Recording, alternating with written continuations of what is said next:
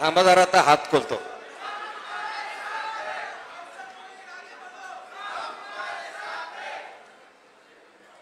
घड्याळ पण काढून ठेवतो.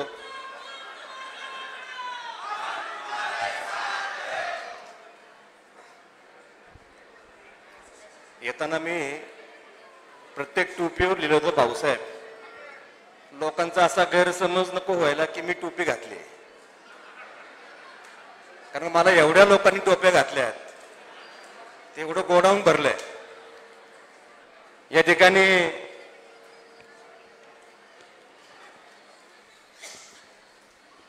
योगायोगानं गांधी जयंती आहे आणि लाल बहादूर शास्त्री जयंती आहे.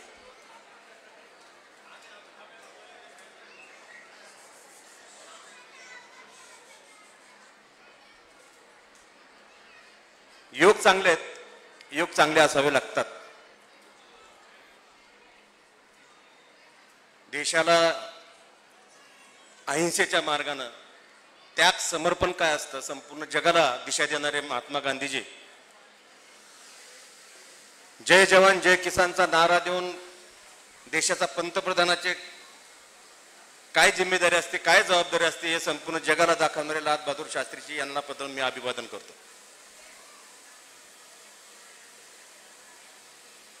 छत्रपती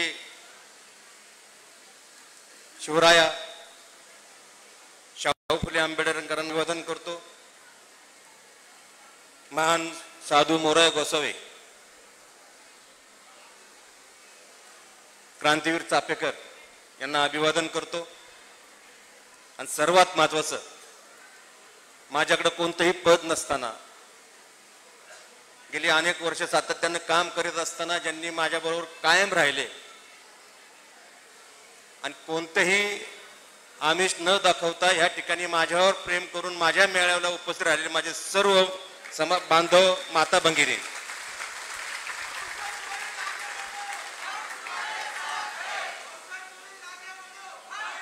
खर तर आज खूप जण बोलणार होते. हनुमानजी माळी आलेले गावावरून, खास सतीशदादा दरेकर कुंभार समाजाचे राष्ट्राचे अध्यक्ष आहेत, बरेच जण आहेत तिथं, नगरसेवक, माजी नगरसेवक, आमचे ग्रामस्थ आहेत. कुणी नाही तर जगताप पण बरोबर आलेत, शितोळे सुद्धा आहेत. माझा लहानपणापासूनचा मित्र सुजित पाटील आहे, नाना पाटील, सगळेच, म्हणजे नावं घेतली तर निवडणूकपर्यंत कुणी नाराज नको व्हायला म्हणून मी नावं काय सध्या घेत नाही. वडिलांच्या आशीर्वाद देण्यासाठी मधुकर आप्पा मास्तर चिंचोडे या ठिकाणी उपस्थित आहेत. खर तर आपण काय व्यक्त व्हावं, काय बोलावं, कशा पद्धतीने मी आपल्या समोर सादर व्हावं, हा आल्यापासून माझ्या समोर मोठा प्रश्न होता.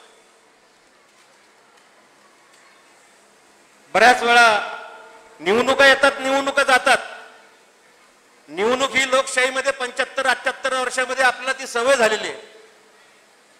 पण प्रत्येक निवडणुकीमध्ये 18 वर्षाच्या मतदारांची भर पडत असताना येणाऱ्या इतिहासाचं विस्मरण होतं.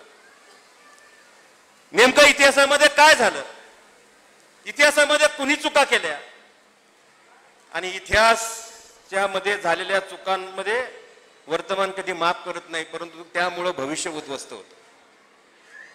मी अधिक वेळ काही जास्त घेणार नाही, परंतु कधीतरी तुम्ही अंतर्मुख होणार का नाही, कधीतरी निवडणुकीच्या माध्यमातून आत्मचिंतन करणार का नाही, हा खरा उद्देश माझा ह्या मेळाव्याचा आहे. माझ्यावर अन्याय झाला, अमुक झालं, तमुक झाला, तो माझा राजकीय भाग होता, ते माझं प्रारब्ध असेल, माझा कुणावरही आकस नाही. पण राजकारण म्हणजे नेमकं काय, त्याची व्याख्या बदललेली आहे, त्या विरोधात मी निर्धार केलेला आहे. तुम्हाला काय वाटतं, बऱ्याच जणांना 18 वर्षाची मुलं, आता 25 वर्षापर्यंतच्या मुलांना वाटतं हे शहर अमुक नेत्यांनी केलं, तमुक नेत्यांनी केलं. आई वडिलांचा पहिला इतिहास जर वाचला तर आपलं भविष्य उद्ध्वस्त होत नाही आणि वर्तमान सुखकारक जातं. मी थोडक्यात सांगतो, हे शहर कोणी केलं, कुणाला माहित होतं शेठ हे फक्त 5 ग्रुप ग्रामपंचायतीचं असलेलं शहर अण्णासाहेब मगर सारखा दूरदृष्टी असलेला नेता आज सगळ्यांना विसर पडलेला आहे. आज जी श्रीमंती, जी सुबत्ता, जी आम्हा सर्व मंडळीला तुम्हाला मिळालेली आहे आणि तुम्ही या संपूर्ण भारत देशातून या ठिकाणी येऊन माझं पिंपरी चिंचवड हे मिनी इंडिया केलेलं आहे ते केवळ अण्णासाहेब मगरांमुळे त्या गोष्टीचा विसर पडलेला आहे. यशवंतराव चव्हाणांची पुण्य कोयना धरणाची निर्मिती केल्यानंतर पहिला फायदा उचलला अण्णासाहेब मगरांनी. या ठिकाणी हळूहळू राजकारण सुरू झालं. आमच्यासारखी माणसं राजकारणात येऊ लागली. त्या ठिकाणी नगरपालिकेची महानगरपालिका झाली. 124 112 वर्ष नगरपालिकेची महानगरपालिका होण्यासाठी लागतात. कुपवाड, मिरज असेल, नाशिक असेल, पण अण्णासाहेब मगरांनी केवळ 12 वर्षात नगरपालिकेची महानगरपालिका केली. औद्योगिकरणाच्या दृष्टिकोनातून प्रचंड श्रीमंती आली. नगरपालिका सर्व आशिया खंडात श्रीमंत असलेली नगरपालिका झाली. त्या काळातील सर्व मंडळी बसलेली त्या ठिकाणी जकातीच्या उत्पन्नातून सर्व देशात 32 आशियाई खंडात सर्वात श्रीमंत नगरपालिका म्हणून जन्मास आली. आणि नगरपालिका श्रीमंती जन्मात आल्यानंतर काही नेत्यांचे सर्व डोळे आता शहराकडे वळू लागले. हळू हळू हळू हळू या ठिकाणी नगरसेवकाचा एक कालखंड होता. नगरसेवक म्हणजे काय, नगरसेवकाची व्याख्या म्हणजे काय, तर प्रामाणिकपणे काम करणं, गणपती मंडळ करणं, नवरात्र महोत्सव करणं, रक्तदान शिबिर घेणं, तो आमचा कालखंड. मी स्वतःला भाग्यवान समजतो की मी बैलगाडीपासून इथपर्यंतचा प्रवास मला करण्याचं सद्भाग्य मला मिळालं. या शहराची जडणघडण 1.5 लाखापासून तो 27 लाख होत असताना तो हळूहळू विकास कशा पद्धतीने झाला, टप्प्याटप्प्याने झाला, त्याचा साक्षीदार मी आहे. आणि म्हणून आज मी बोलणार आहे आणि प्रामाणिक सांगतो, मोराला स्मरून सांगतो, जे बोलणार आहे ते खरंच बोलणार आहे. पण खरं बोलल्यानंतर सुद्धा जाऊन आपल्यामध्ये सुधारणा नसेल तर या शहराची लूट थांबणार नाही. आणि शहर लुटीचं एक आगार झालेलं आहे. आणि त्या दृष्टिकोनातून तो कालखंड अण्णासाहेब मगरांचा कालखंड, नंतरच्या कालखंडामध्ये 92 ते 97चा कालखंड, या सर्व प्रक्रियेमध्ये माझ्यासारखा कार्यकर्ता होता. मला असं वाटलं चला आता राजकारणामध्ये खूप लवकर नगरसेवक झालो.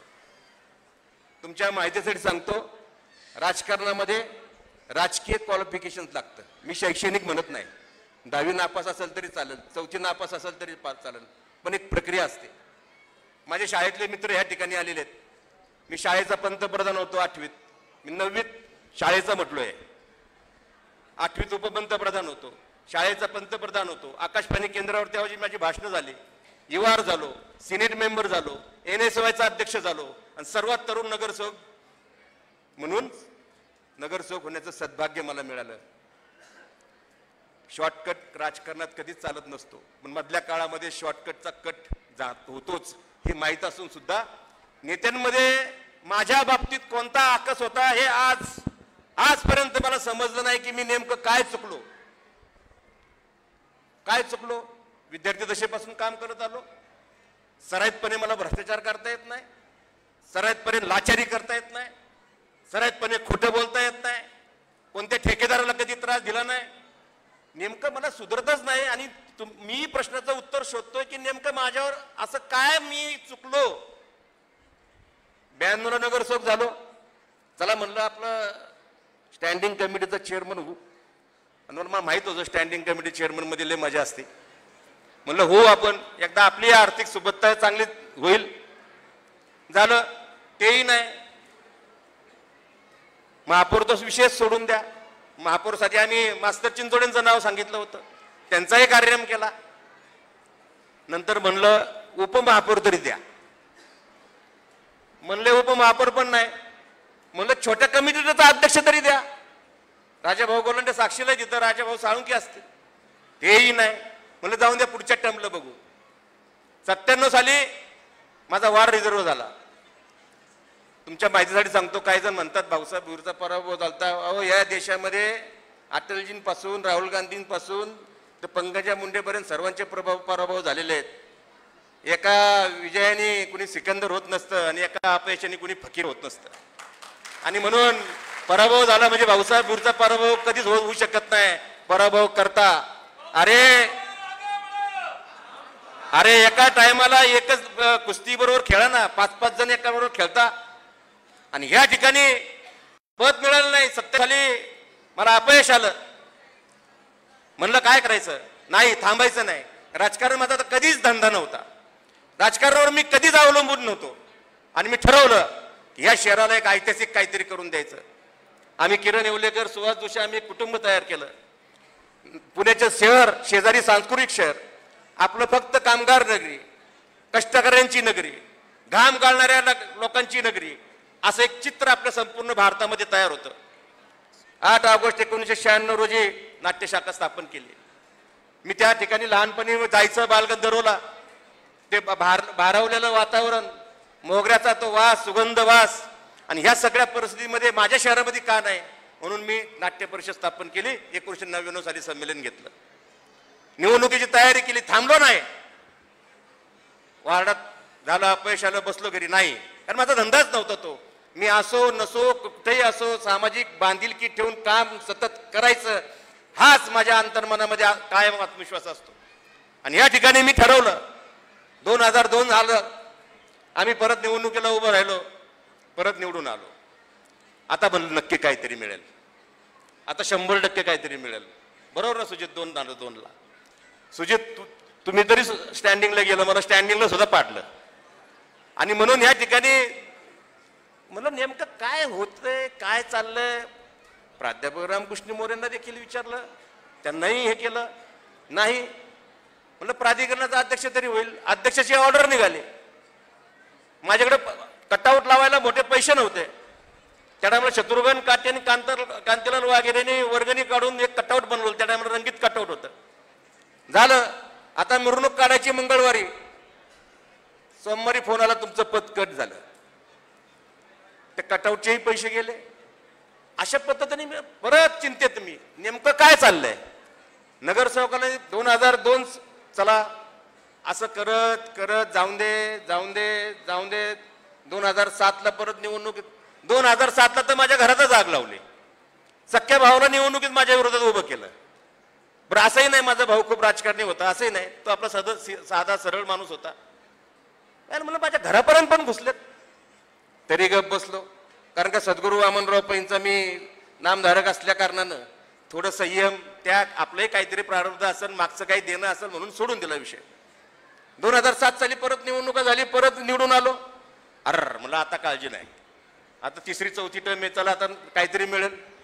तिथंही कार्यक्रम झाला माझा. म्हणलं आता चला 2009 आलं. 2009 आल्यानंतर ह्या ठिकाणी पहिल्यांदा 3 मतदारसंघ झाले आपल्या शहराचे. वाटलं चला आता इतके वर्ष झालं, युवक काँग्रेसचा अध्यक्ष, फादर काँग्रेसचा अध्यक्ष, इतके सांस्कृतिक क्षेत्रामध्ये असलेलं काम, मी ठरवलं चला आता विधानसभेला काहीतरी करूया. पण त्या टायमाला घरात मोठा माझ्यासमोर अडचण निर्माण झाली. माझ्या पत्नीला लास्ट स्टेजला होती. मी म्हणलं बाबू नायरला बोलून घेतलं. मला राजकारण आता मी सोडून देणार, कारण का घरातच व्यवस्थित नसेल तर राजकारण आपण करतो कशासाठी. ते पत्नीला कळलं. माझ्यासमोर एकदा आमदार व्हा म्हणले तुम्ही. मी म्हणलं ठीक आहे, आमदार होऊन असं काय नाही. म्हणले मला अजून 2-4 महिने जास्त जीवत जगल मी. म्हणलं ठीक आहे, पण आता होणार कसं काय. कारण का 3 मतदारसंघ, राष्ट्रवादीची ताकद, विलासराव देशमुखांना भेटलो, काळजी करू नको, अशोक चव्हाणांना भेटलो, काळजी करू नको. पण म्हणलं मेन म्हणजे राष्ट्रवादीच्या प्रमुख नेत्यांना भेटलं पाहिजे. दिवंगत नेते, दिवंगत भाऊ लक्ष्मण भाऊ यांची माझी खंडाळ्या घाटामध्ये मिटिंग ठरली. त्याला बरेच जण साक्षीदार आहेत आणि त्यांनी स्वतः देखील कबूल केलेलं आहे. गेलेल्या माणसाच्या बद्दल खोटं कधी बोलायचं नसतं, नाही तर आपल्याला पाप लागतं ते. म्हणलं भाऊ काय करताय. म्हणलं काय करतो. म्हणलं आता तुम्ही तर विधान परिषदेवर आमदार आहेत, आता मला एकदा आमदार होऊ द्या. म्हणले काय हरकत नाही, आण तिकीट. तू तिकीट आणलं तर तुझा प्रचार प्रमुख मी. म्हणलं मग तुम्ही तिकीट दिलं तर मी प्रचार प्रमुख. आमचा शपथविधी खंडाळ्या घाटात पार पडला. तिथून निघालो मुंबईला, मुंबईहून गेलो दिल्लीला. 15 दिवस दिल्लीला मध्ये राहिलो आणि तिकीट आणलं. तिकीट आणलं, फॉर्म भरला, तिकडनं तिकीट आणलं, म्हणलं झालो आमदार, एकटाच वाजत गाजत झालो. इतका आनंद झाला की आता काळजीच नाही, कारण का मला पुढचं पण फ्युचर माहित होतं मी काय होणार आहे. त्या ठिकाणी रमेश कोरे बसलेत, त्यांना माहिती आहे सगळं. या ठिकाणी आल्यानंतर बसतो का काय, लक्ष्मण जगतापांनी फॉर्म भरला. मी म्हणलं का रे बाबा, आदेश आहे म्हणलं. अरे पण मी काय पाप केलं म्हणलं. नाही आदेश आहे म्हणला. झाला कार्यक्रम आमचा. अशा पद्धतीने मी आत्मचिंतन करत बसलो की नाही आता राजकारण बास झालं. या अशा पद्धतीची लाचारी, अर्थकारणाच्या माध्यमातून राजकारण करत असलेली प्रवृत्ती आणि त्याचा एक त्या विळख्यात मी सापडलो होतो. काय चाललंय, या शहराची किती भयंकर लूट चाललेली आहे आणि लोकही निवांत सुस्त आरामशीर चाललंय. मला काय करायचंय, मला काय करायचंय, त्यांचं ते बघतील. पण ह्या परिस्थितीमध्ये कुठंच उद्रेक होत नव्हता. मी म्हणलं तर बाद झालं. 2012 आले, त्या टायमाला 2009ला माझी पत्नीचं दुःखद निधन झालं. दुःखद निधन झाल्यानंतर मी तुटलो. मुलगी लहान होती, मुलगा लहान होता. आता बाद झालं, राजकारण करायचं नाही. परंतु सर्व मंडळी आली, तू राजकारण जर नाही केलं तर तू वेडा होशील म्हणले, कारण तुला माणसांची काम करण्याची सवय आहे. म्हणलं काय करायचं, काय नाही ठीक आहे. माझ्या मुलाला बाहेर देशात शिकायला पाठवलं.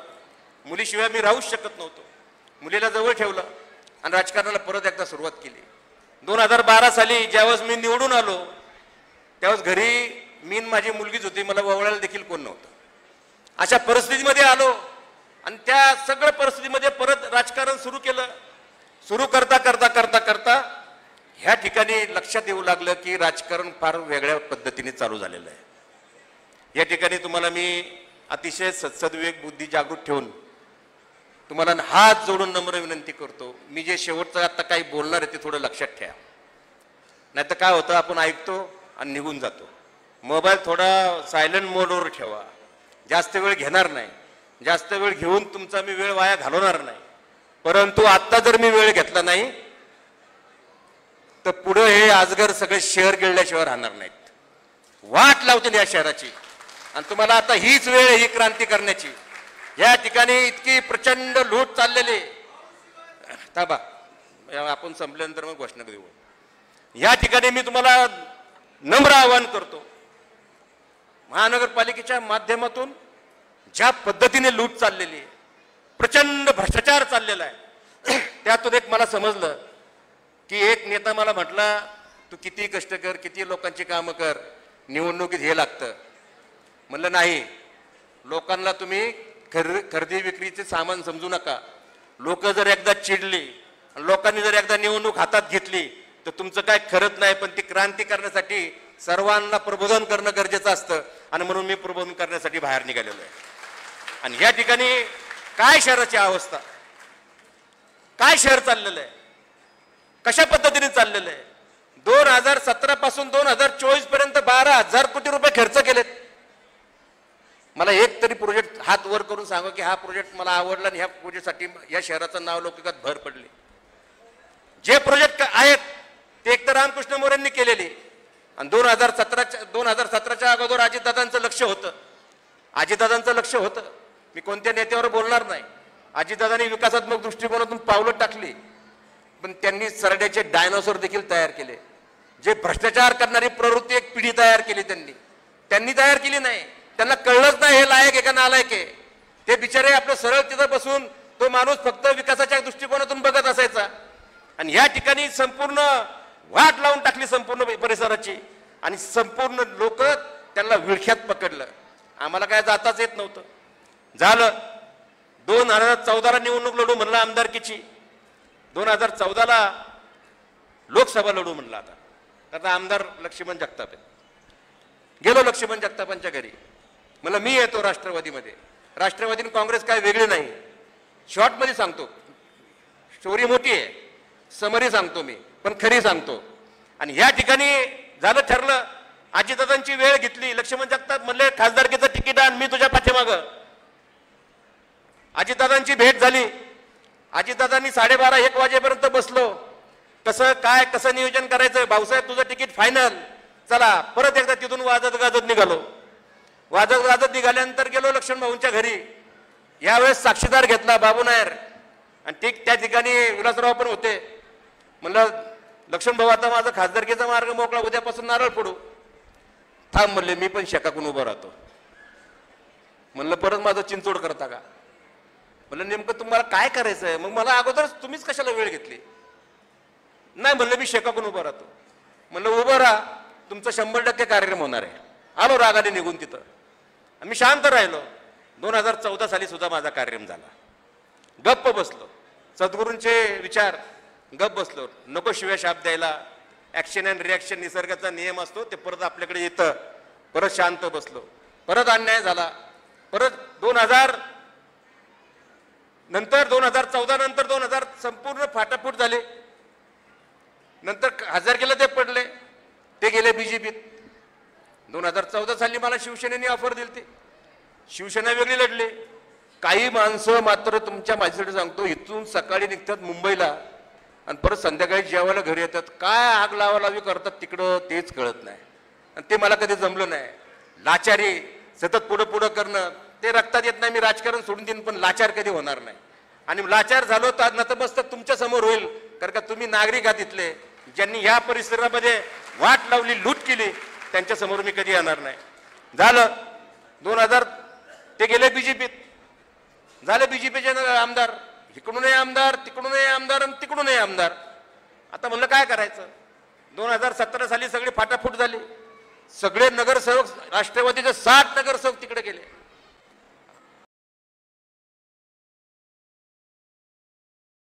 मला वाईट वाटलं की ज्या अजितदादांनी या शहरासाठी काहीतरी केलं. माझा कार्यक्रम केला होता 2009 साली दादांनी, पण नाही, त्या नेत्याने आम्हाला नुसता कार्यक्रम केल्याचं सांगण्यापेक्षा काही वेळेस आम्हाला साथ देखील दिली. आम्ही म्हणलं नाही, अख्खा भारत देश बीजेपीत चाललाय, आपण राष्ट्रवादीत जायचं. 12 नगरसेवक आम्ही या ठिकाणी ठरवलं. गेलो. विनोद दडे आले नाहीत. विनोद दडे नंतर येतील. पण विनोद दडेला सांगितलं, लक्ष्मण जगतापनी बोलून घेतलं की तुझ्या नेत्याला यावेळेस पाडणार आहे आम्ही. मला निरोप दिला. मला निवडणुकीत पडलो तरी चालन, परत मी महानगरपालिकेत दिसणार आहे, काळजी करू नका. आपली लढाई तत्वाशी, विचारांशी, जिकडे दिसन तिकडे पळत उधळायची लढाई नाहीये. झालं. माझा कार्यक्रम केला. आनंद वाटला. त्यांना फटाके वाजवले. 15 दिवसांनी मी परत त्या ठिकाणी गेलो. आता हे सगळं चालत चालत चालत चालत 2017 नंतर अजितदादांची जशी या ठिकाणी सत्ता गेली, ह्या मंडळींनी फक्त आणि फक्त निविदा निविदा आणि फक्त निविदा. तुमच्या माहितीसाठी सांगतो, मला एका मोठ्या माणसानं सांगितलं, 500 म्हणजे ते कोटी का लाख ते समजून घ्या, मला माहित नाही, पण 500 दरवर्षी घोटाळा होतो. प्रचंड घोटाळा. पार्टनरशिप, टक्केवारी पण नाही आता. आणि मग म्हणलं यांचे मोठे मोठे कार्यक्रम कसे होतात एवढे. एक एक मंडप 5-5 कोटीचा, 3-3 कोटीचा मंडप. अशा पद्धतीने सगळं मी माझ्या डोळ्यांनी पाहतोय. निविदा प्रक्रियेमध्ये घोटाळा. या ठिकाणी मूलभूत ज्या गरजा आहेत या शहराच्या, पाणी पुरवठ्याचं कोणाचं लक्ष नाही. वाहतुकीची कोंडी. एक दिवशी मला भूमकर चौकातून, रावेतून माझ्या घरी यायला 1.5 तास लागले. काही कुणाचं लक्ष नाही. शिक्षणाचं वाट लावून टाकली शिक्षण समितीची. दडपशाही.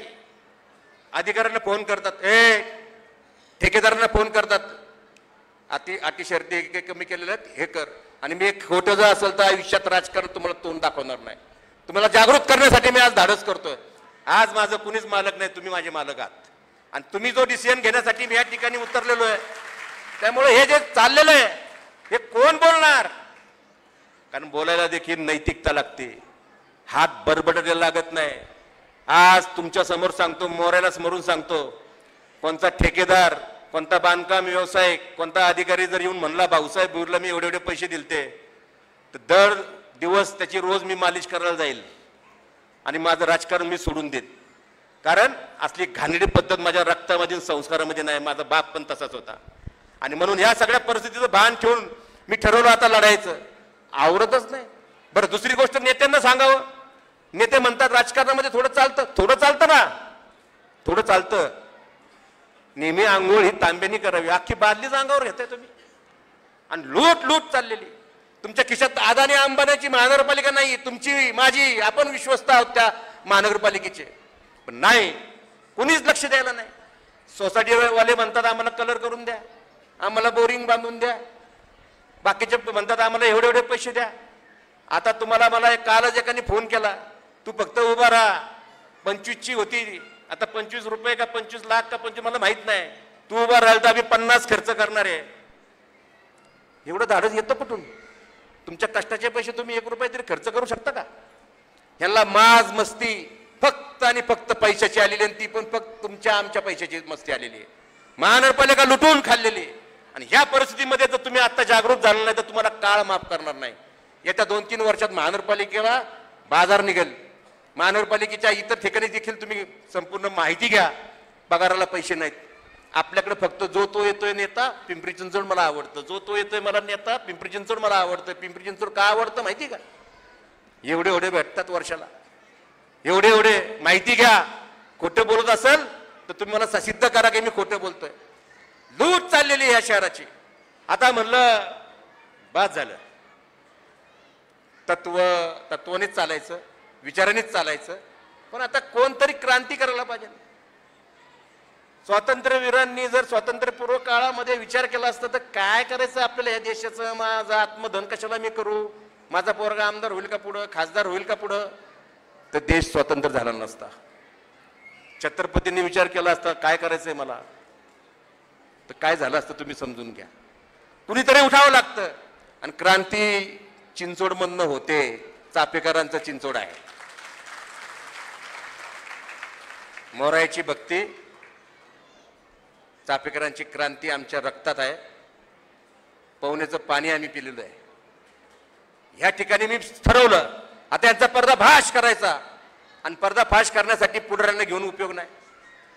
त्यांना फोन आलं की त्यांचं कुठं ना कुठं धडा एकमेकांचं अडकलेलं असतं. नको, परत महानगरपालिकेचं तिकीट पाहिजे, महानगरपालिकेत तिकीट दिल्यानंतर पैसे पण मिळतील, घाबरत घाबरत सगळे बाहेर पडतायत. नको, सगळेच माझे मित्र आहेत, कुणाला त्रास द्यायचा नाही. मी सगळ्या समाजाच्या मीटिंग 4 महिने घेतोय. जून महिन्यामध्ये प्रचार चालू केलेला आहे मी. जे लोक वैचारिक दृष्ट्या या शहराला शहर मानत नाही, या शहराचं आम्हाला काही घेणं देणं नाही, कितीही कुणी काही करा, आमचं चाललंय व्यवस्थित, त्या लोकांना जागृत करण्याचं काम मी केलं.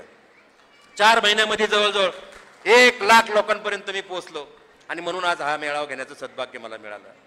मी महानगरपालिकेत बसतो. पाणी पुरवठा, मला तुम्ही सांगा, आमचं आपलं शहर एवढं पवित्र आहे ना, 3 नद्या आहेत, मुठा, इंद्रायणी, पवना. गटार करून टाकलंय शहराचं. त्या नद्यांचं गटार झालेलं आहे. आज जे चिकुनगुनिया, डेंगू, या सगळ्या साथी जे सुटले ना, त्याला जबाबदार ही मंडळी आहेत. त्यांना माहिती आहे निवडणूक आली की विशिष्ट रक्कम घेऊन निघायचं. आणि कुणी काही ओरडून द्या, आमच्यात काही फरक पडत नाही, आम्ही चोरीच करणार आणि परत निवडून येणार. सत्तेतून पैसा, पैसेतून सत्ता, हे यांचं समीकरण ठरलेलं आहे. आणि म्हणून यात तुम्ही जागृत व्हा.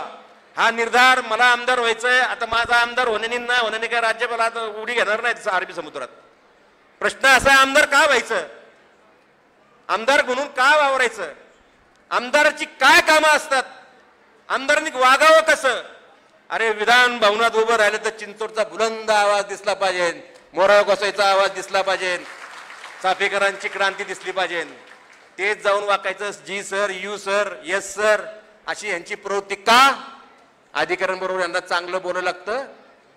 फक्त आणि फक्त मनी डोळ्यासमोर ठेवून. का तर निवडणुकीत फक्त मनी कामास येतो असा त्यांचा भ्रम झालेला आहे. पण ह्या झालेल्या निवडणुकीमध्ये सगळ्यांचा भ्रमनिराश झालेला आहे. आणि म्हणून या सगळ्या वाहतुकीची कोंडी असेल, पर्यावरण असेल, शिक्षण असेल, कुणाचंही लक्ष नाही. या संपूर्ण पाणी पुरवठ्याचं, माझ्या जन्मापासून मी ऐकतो पवना धरण, 9 TMCचं धरण. 40 वर्षापूर्वी 9 TMC, 1 लाख लोकसंख्या होती, 9 TMC. 27 लाख TMC झालेले, 27 लाख लोकसंख्या झालेली आहे, 9 TMC. 9 TMC मध्ये 3 TMC गाळ आहे. पाणी पुरवठ्याचं बंधन योजना बंद पडली. इथं कुणी जर माहिती घ्या, डॉकेट वाचा, राजाभाऊ गोलंडे साक्षीदार आहेत, या ठिकाणी राजाभाऊ साळुंके साक्षीला आहेत. मी बोललो तर बंद योजना करू नका, योजना चांगली आहे पण संपूर्ण ताब्यात घ्या. नाही म्हणले, निविदा काढा. कितीतरी कोटीचा घोटाळा होता. निविदा निघाल्या नाही, निविदा निघाल्या म्हणलं हाच प्रोजेक्ट 15 वर्षानंतर 2000 कोटीवर जाईल. तुमच्या माहितीसाठी सांगतो, तो प्रोजेक्ट आता 2000 कोटीवर गेला, पण अजून ते झालेलं नाही. पाणी पुरवठा, सोसायटी मधले जे टॅक्स भरून घर घेतात तिथं टँकरने अजूनही पाणी पुरवठा करत, पावसाळ्यात सुद्धा टँकरने पाणी पुरवठा. तिथं काही नाही, कुणाचं लक्ष चाललं नाही. टेंडर कितीचं आहे, 400 कोटीचं आहे का, 200 कोटीचं आहे का, 100 कोटी. बरं 10,000चं टेंडर सुद्धा सोडत नाही ती लोक, तिथं सुद्धा त्यांचा पंटर आहे. सगळी रांग, हे सगळा पर्दाफाश करण्यासाठी मी निर्धार केलेला आहे. आणि मी अधिक वेळ न घेता मी एवढंच सांगणार आहे, कुठेतरी जागृत व्हावा, कुठेतरी माणूस म्हणून आपल्या शहराचं शहरपण जे टिकवण्यासाठी, जी संस्कृती टिकवण्यासाठी, संस्कार टिकवण्यासाठी शाहू फुले आंबेडकरांचं नाव घ्यायचं, इकडे ज्ञानोबा तुकारामाचं नाव घ्यायचं, इकडे मोरायाचं नाव घ्यायचं, आणि लूट लूट त्यांना देखील शर्मेनं मान खाली घालावं लागेल अशा पद्धतीने वातावरण तयार करायचं. आणि ही जी सवय लागलेली आहे, ही सवय आपल्याला समूळ नष्ट करणं गरजेचं आहे. राजकारणामध्ये पदं येतात, पदं जातात, पदं एक विशिष्ट कालखंडासाठी असतात, पण पद टिकवण्यासाठी तुम्हाला काहीतरी वास्तव करायला लागतं. या ठिकाणी मी नेत्यांकडे पण गेलो, मला हे असं चाललेलं आहे ना, हे असंच चालायचं, हे असंच चालायचं. आणि आपण सण का, तर लोकांची मानसिकता तयार झालेली आहे. अर्थकारणाच्या माध्यमातून मी निवडूनच, त्या नेत्यांची मानसिकता तयार झालेली आहे, मी निवडून येऊ शकतो, कुणीही समोर उभं राहून द्या. आणि म्हणून मला या सर्व महानगरपालिकेमध्ये जो गोंधळ चाललेला आहे, जो घोटाळा चाललेला आहे, मला आयुक्तांचं या ठिकाणी आवर्जून नाव घ्यावं असं वाटतं. आयुक्तांची माझी नाट्य संमेलनाच्या निमित्तानं माझे संबंध आले, म्हणजे खूप काही त्यांना करावं असं वाटतं. त्यांना कोणी काही प्रकल्पच घेऊन जात नाही, त्यांना कोणी साथच देत नाही. 3 नेते फोन करतात वरून, हे 2 वेगळे, सीएम वेगळे, ज्या माणसाला पाहिजे कामच करून देत नाही. ते म्हणले मी काही काम करणार नाही, मी जोपर्यंत आहे तोपर्यंत. परंतु अशा चांगला माणूस आल्यानंतर देखील सात विकासात्मक दृष्टिकोनातून घोडदौड करण्याच्या ऐवजी फक्त लुटीच्या माध्यमातून या शहरामध्ये कसे, अर्थकारणाच्या माध्यमातून कसं आपली वाटचाल होईल, या ठिकाणी आपल्या शहरामध्ये काही स्वतःला राजेशाही घराणे समजतात. राजेशाही घराणे, त्यांचा तो स्टाईल, त्यांची सगळी पद्धत, वागण्याची पद्धत, बोलण्याची पद्धत. एक नेता गेला सोसायटीमध्ये, किती पैसे पाहिजे म्हटला, सांगा काय बसायचं, अशा पद्धतीची मस्ती आलेली लोक तयार झालेली आहेत. आणि ती मस्ती आलेली लोक तयार झाल्याचं कारण त्यांची चूक नाही, आपली चूक आहे, कारण का आपण त्यांना वेळेत थांबवत नाही. आणि म्हणून ह्या ठिकाणी मी परवा दिवशी शिक्षणाच्या संदर्भात बोललो, काय नाही उदासीनता, गुन्हेगारीच्या संदर्भात बोललो.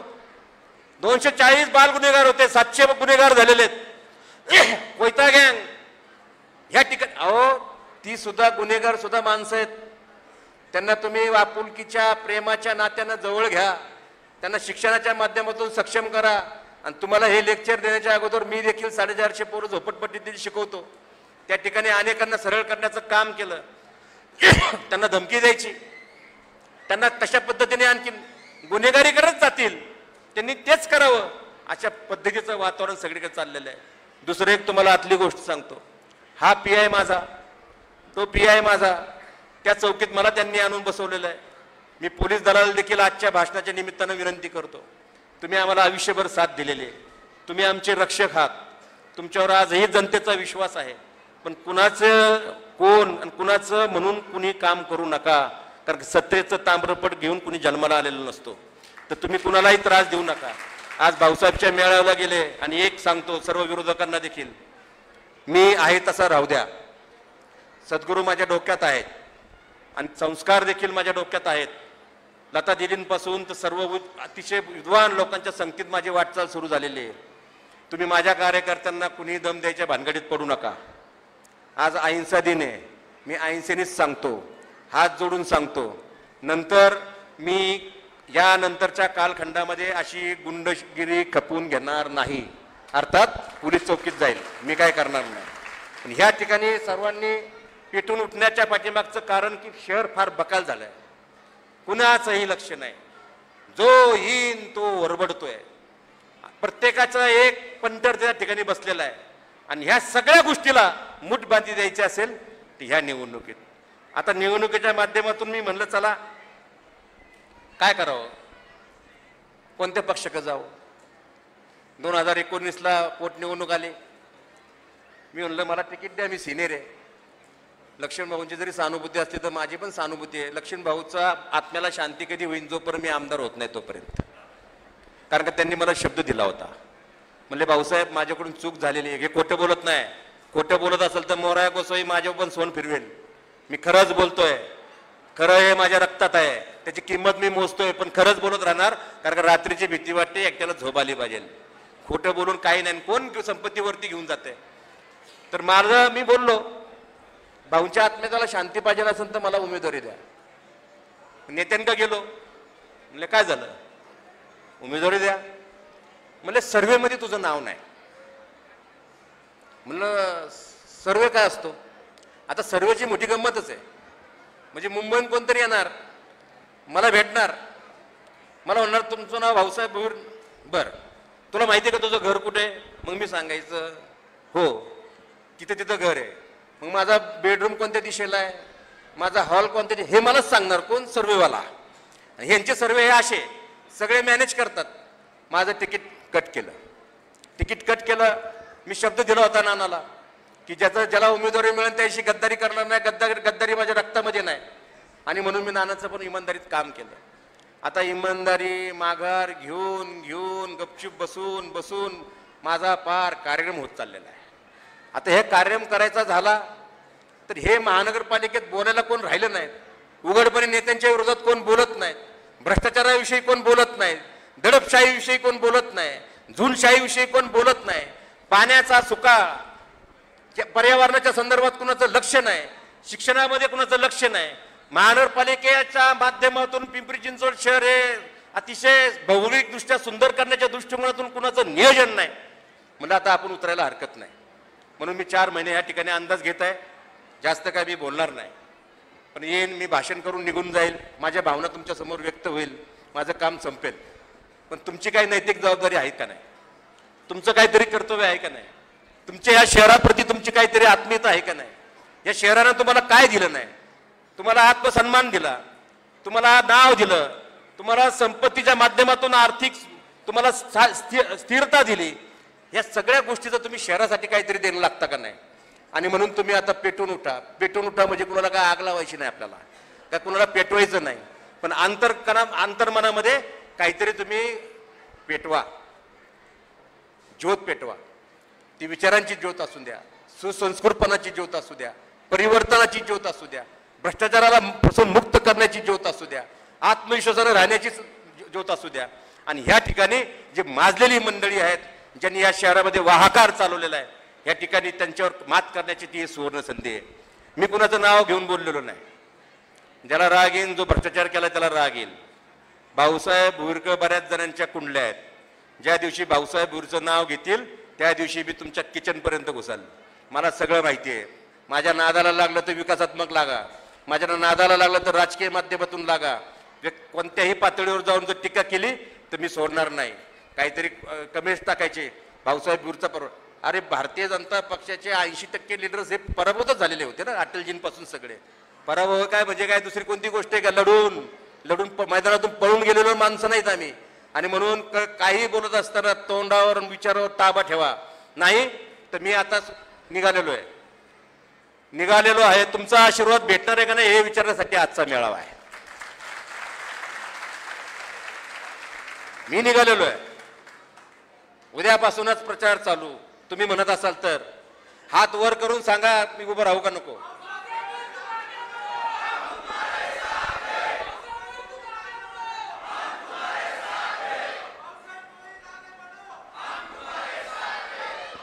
या ठिकाणी मला सगळ्यांनी स्वतःचा सेल्फी काढून ठेवा. आयुष्यात मला परत कधी भेटले, मी आमदार झालो तर मी तुझ्या मेळाव्याला आलो होतो एवढा सेल्फी दाखवा. मी तुम्हाला नाव पण विचारणार नाही. मी जिवंत आहे तोपर्यंत तुमच्या बरोबर आहे.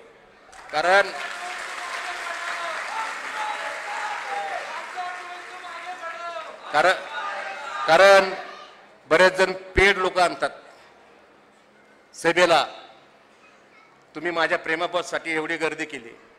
या मित्रांच्या मी अनेकांच्या गेली अनेक दिवस सभा घेतोय, मीटिंग घेतोय, त्यांना प्रवृत्त करतोय. पण माझा हा क्षण मी उभ्या आयुष्यात कधी विसरणार नाही. एवढ्या मोठ्या गर्दीने तुम्ही स्वयंस्फूर्तीने आलेला आहात आणि मला आनंद आहे, अभिमान आहे. मी 4 महिने जे प्रयत्न केलेले आहेत ते प्रयत्नाचं फळ म्हणजे काय, तुमचा निर्धार. माझ्या आयुष्यामध्ये आता बाकीचे माझे स्वतःचे वैयक्तिक स्वार्थ काही राहिलेले नाही. माझ्या मुलीचं अतिशय चांगलं झालं, माझा गौरव, माझा मुलगा, त्याच्याबरोबर माझी मानसी आहे, माझ्या मुलाचंही व्यवस्थित झालेलं आहे. मुलाच्या लग्नाचा एक फायदा झाला, एक सून आणली, 5 भाऊ मला विनामूल्य मिळाले. म्हणजे वागेरे कंपनी आमचे सगळे मिळालेले आहेत. त्यामुळं ह्या सगळ्या परिस्थितीचं भान ठेवून माझं वैयक्तिक स्वप्न सगळे पूर्ण झालेले आहेत. पण हे शहर खूप वाईट झालेलं आहे, घाण झालेलं आहे शहर. तुम्हाला माहीत नसेल तर सांगतो, मी नाट्य परिषदेच्या माध्यमातून ज्यावेळेस आम्ही धोत्रे साहेब आलेत आमचे बंधू, आम्ही बाहेर जातो लातूरला, सोलापूरला, त्यांना जर मी म्हटलं ना कधी की नमस्कार नमस्कार, तुम्ही काय करता, नगरसेवक आहे, कुठं, पिंपरी चिंचवडला, आयला मजाच आहे तुमची राव. अशा आविर्भावामध्ये तुच्छतेने आपल्याकडे बघतात आणि त्याचं वाईट वाटतं. असं बोलल्यानंतर त्यामुळे मी सांगायचं सोडून दिलं की मी पिंपरी चिंचवडचा नगरसेवक आहे. कारण का पिंपरी चिंचवडचा नगरसेवक म्हणजे फक्त लूट, श्रीमंती हेच सगळ्यांच्या डोक्यात या नेते मंडळींनी टाकून दिलेलं आहे. आणि म्हणून मी तुमच्या वतीने निर्धार पक्का करतो, माझ्यासाठी सगळ्या पक्षाचे दरवाजे उघडे आहेत, मला कोणीच वर्जन नाही. आता कुणी कुठं जाऊन बसायला लागले, पण सर्वेमध्ये माझं नाव नसलं तर, मोठा सर्वे यांचा खूप नामांकित लोकांचा सर्वे असतो, तर मात्र माझ्या पक्षाचं नाव मोरया गोसावीची भक्ती हा माझा पक्ष आणि चापेकरांची क्रांती हेच माझं लक्ष, हा माझं पक्षाचं नाव असणार. बाद झालं. लक्ष्मण जगताप सुद्धा अपक्षच उभे राहिले होते ना माझा कार्यक्रम करण्यासाठी. आता यांचा कार्यक्रम करण्यासाठी, भ्रष्टाचाराच्या विरुद्ध लढण्यासाठी, दडपशाही मोडीत काढण्यासाठी, झुंडशाही मोडीत काढण्यासाठी आणि भ्रष्टाचार मुक्त शहर करण्यासाठी माझा लढा आजपासून तयार. आजपासून मी ठरवलंय, मी निवडणुकीला उभं राहणार म्हणजे राहणार.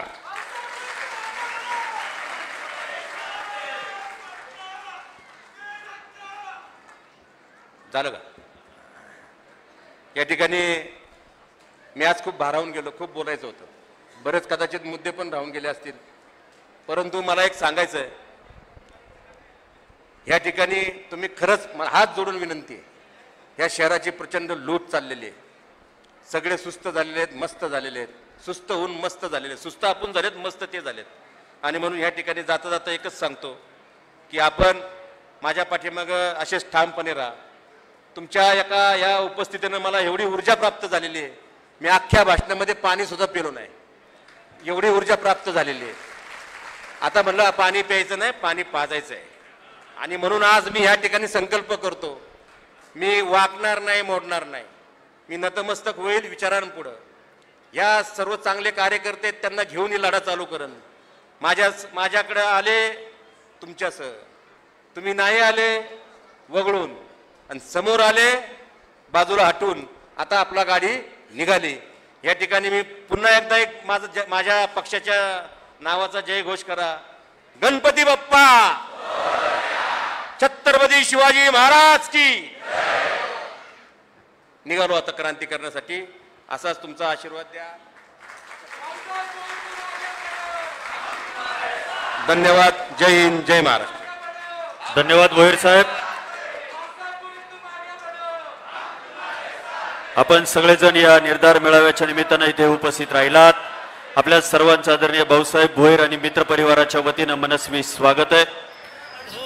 फक्त एकच विनंती आहे, बाहेर या लॉनच्या बाहेर पडताना पहिलं महिलांना प्राधान्य द्या, महिलांना पहिलं बाहेर जाऊ द्या.